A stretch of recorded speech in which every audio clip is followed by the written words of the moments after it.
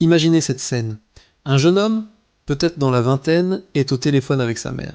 La conversation est tendue. Soudain, sa voix s'élève, pleine d'impatience et de mépris. Il lance « Laisse-moi, tu comprends rien !» avant de raccrocher brutalement. Juste à côté de lui, un vieil homme a tout entendu. Sans un mot, il observe le jeune homme, qui range son téléphone, le visage fermé. Le vieil homme s'approche doucement et lui demande d'une voix calme « Mon garçon, pourrais-tu me prêter ton téléphone une seconde ? J'aurais besoin de passer un appel important. » Le jeune, un peu surpris, mais voulant se débarrasser de lui, le lui tend sans trop réfléchir.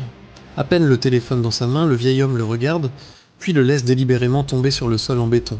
L'écran se fissure en 1000 morceaux. Le jeune homme explose. « Hey, mais vous êtes fou! Pourquoi t'as fait ça? Mon téléphone !» Ses yeux sont remplis de rage. Il est hors de lui, criant après le vieil homme pour cet objet détruit. Le vieil homme, lui, reste d'un calme olympien. Il ramasse lentement le téléphone brisé, le tend au jeune homme et le regarde droit dans les yeux.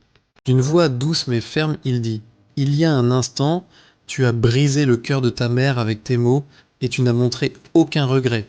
Maintenant, je brise un simple objet, un morceau de verre et de métal que tu peux racheter demain et tu te mets dans une colère noire. Tu hurles pour un objet, mais tu restes silencieux quand tu blesses la personne qui t'a donné la vie. » Le jeune homme reste bouche bée. Les paroles du vieil homme le frappent de plein fouet.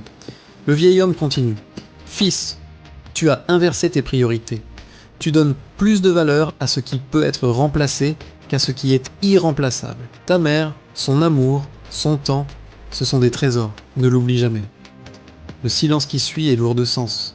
Le jeune homme regarde son téléphone détruit, puis son visage se crispe de remords, comprenant enfin la profondeur de la leçon. Cette histoire nous rappelle de chérir les personnes qui nous aiment.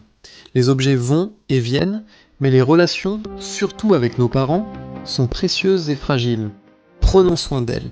Si cette histoire vous a touché, partagez-la pour rappeler à d'autres ce qui compte vraiment. Merci de nous avoir écoutés et n'oubliez pas de vous abonner pour plus de récits inspirants. À bientôt!